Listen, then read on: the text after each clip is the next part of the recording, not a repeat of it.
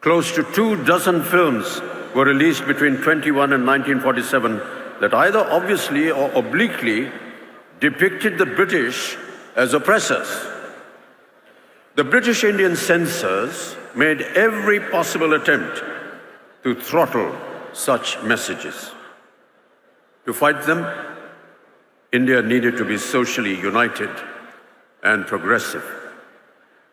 That was precisely the message in the 1937 classic Duniya Na Mane, which also raised a voice against unfair marriages and advocated widow remarriage.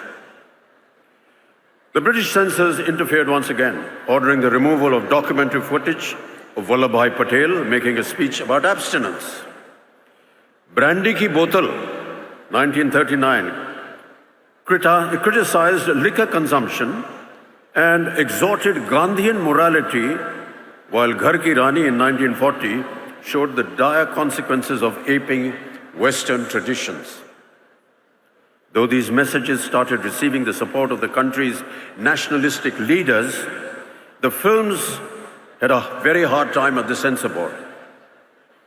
Indian film directors were forced to find ways to talk about the ongoing freedom struggle without mentioning it directly. You must remember the famous song Dur Hato Hai Duniya Walo, the hit musical number from the 1943 feature film called Kismat.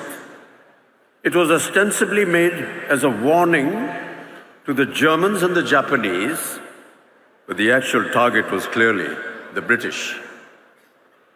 Historical films like Kumaji Naik in 1926 that replaced the British with other invading forces, and social films like Apna Ghar in 1942, which spoke in a kind of code to Indian viewers, started several agitations all over the country.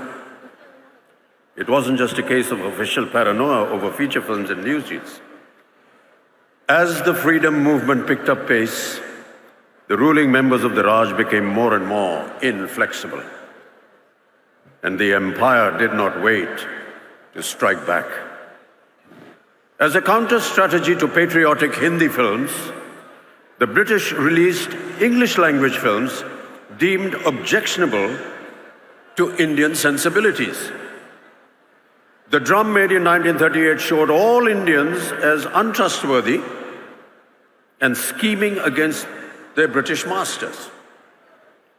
Bombay City rose in revolt against its screening, with the frontier Gandhi, Khan Abdul Ghaffar Khan, demanding its immediate ban. The 1938 edition of Film India magazine called it a shameful affront to the frontier Pathans.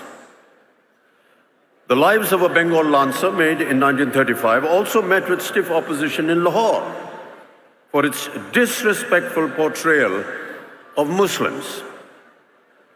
Unafraid to retaliate, our cinema posters, they got bolder. Bringing light to a vexed nation was the tagline of Chal Chal Re Naujawan in 1944, while Turn East and Hear India Speak was the tagline of Prabhat's Hum Ek Hain in 1946. Ek Kadam in 1947 went to the extent of showing Netaji Subhash Bose in one of its posters. With these never-ending confrontations in the 1940s, the policing of Indian cinema grew exasperatingly stringent. To put it mildly, over the rigmarole of 5 different censor boards setting up their own rules, things were chaotic. Finally, the 1952 Cinematograph Act set out the structure of censorship as it stands today, upheld by the Film Certification Board. But even now, ladies and gentlemen, and I'm sure my colleagues on stage will agree, questions are being raised on civil liberties and freedom of expression.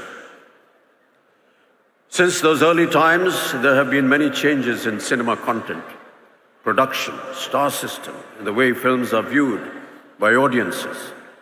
Subjects have also been vastly varied.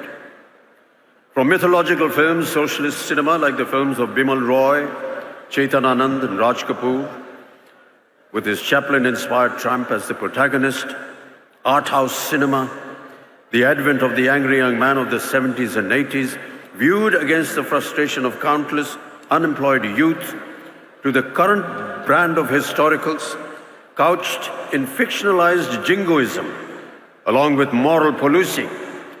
The range has kept audiences reflecting on the politics and social concerns of our times through single screens, videos, multiplexes, and now the burgeoning OTT. Keeping in mind the new world order brought about by the COVID-19 pandemic, ladies and gentlemen, we will have to take into account how films are going to be made and watched in the near future. Perhaps the clue lies in the works of our timeless cinema maestros. Nearer home, there may be pointers in Satyajit Ray's cinema which reveal a politically and socially conscious and often prescient vision of Bengal, India, and humanity. Manik Das films, while remaining culturally rooted in Bengal, speak on universal themes like the immortal Apu trilogy. His cinema, ladies and gentlemen, is a reflection of the dreams, aspirations, struggles, angst, challenges, and corrosiveness of India's plurality. The Spanish flu ended in April 1920.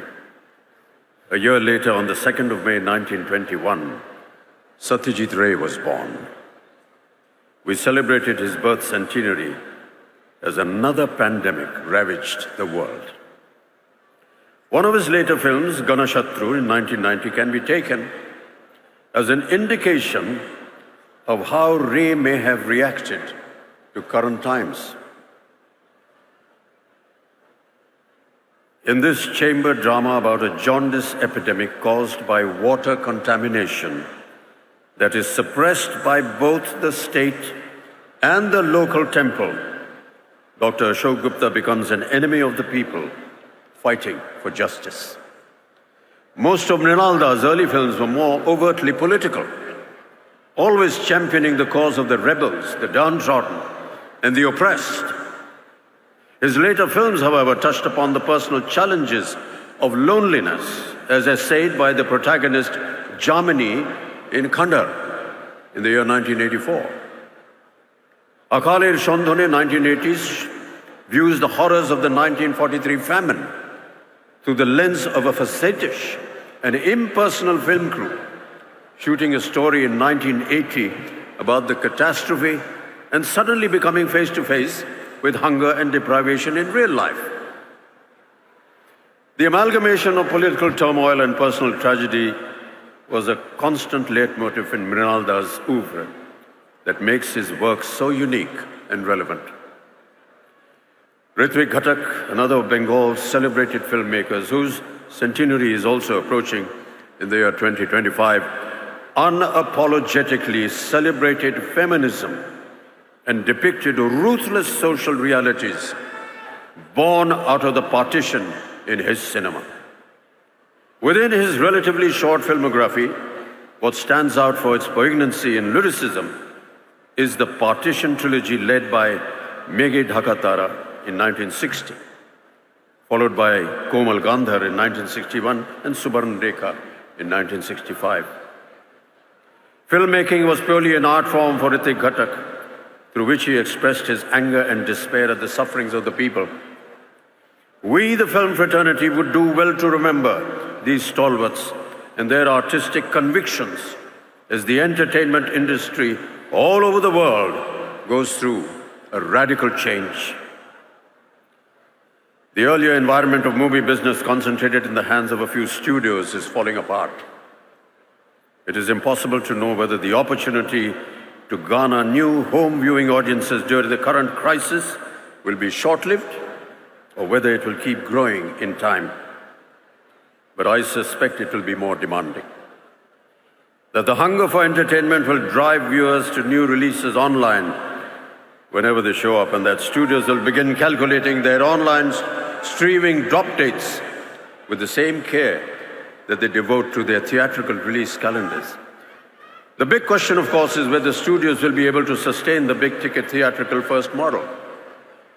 It is not impossible to imagine theatrical releases being transformed into special events to strictly limited runs of a week or a month that will coexist with or briefly precede streaming releases.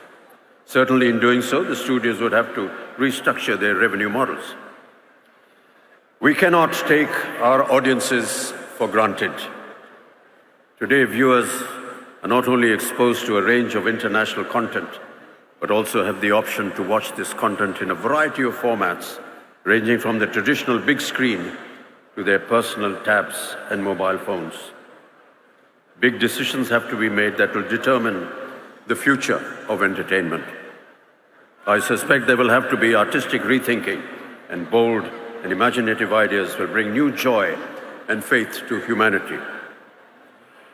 Ladies and gentlemen, let us discover more of that which is impossible and then do it. Let us find new summits to conquer.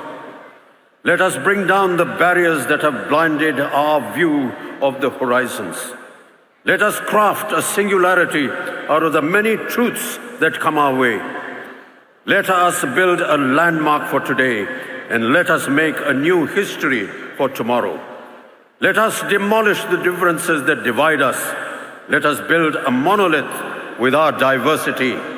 May no one be in the shadows of our glory. May everyone feel the joy. Way back in 1912, atop a ship across the Red Sea carrying him to Glasgow, Gurudev Rabindranath had written these immortal lines that should inspire us all in the darkest hours, offering us courage to seek a new tomorrow. Aro alo, aro alo, ei noyane prabhu dhalo, shure shure, binashi pure, tumi aro aro aro, dao tan, prano bhoriye, trisha horiye, more aro aro aro, daro pran. Pour more light into these eyes, O Lord. Pour more music into my flute. Fill my heart to the brim. Quench my thirst. Give me more reason to rejoice and live. Thank you. ধন্যবাদ জানাই Shri Amitabh Bachchan GK. আমাদের video ভালো লাগলে like এবং share করুন। Comment সেকশনে গিয়ে জানান আপনাদের মতামত। আরও ভিডিও পেতে আমাদের চ্যানেল সাবস্ক্রাইব করুন এবং প্রতি মুহূর্তে খবরের আপডেট পেতে প্রেস করুন বেল আইকন।